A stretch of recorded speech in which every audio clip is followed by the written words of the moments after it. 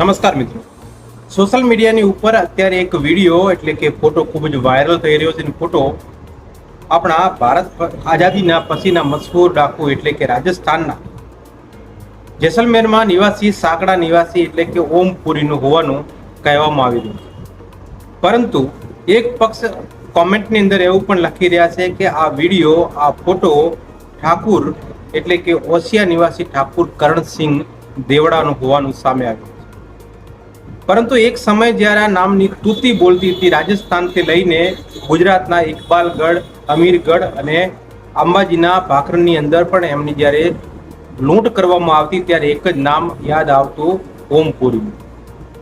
પરંતુ એક જાટ સમુદાયના એટલે કે ખરતારામ એમનું બાતમી આપી હતી અને પોલીસને કહેવામાં આવ્યું હતું ફળોદીમાં, અને એમના ઘેરીને અને મારવામાં ગોળીબાર કરવામાં આવતા હતા. પરંતુ એવું કહેવામાં આવી રહ્યું છે કે એમને પોતાને આત્મહત્યા કરી હતી લાસ્ટ ગોળીથી.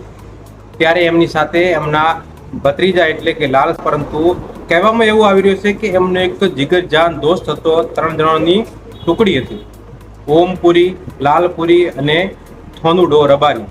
એવું કહેવામાં આવી રહ્યું છે કે થોનુડો રબારી એક જાદુગર હતો અને જાદુગરના હિસાબથી એ ઓમપુરીને બચાવી નાખતો હતો.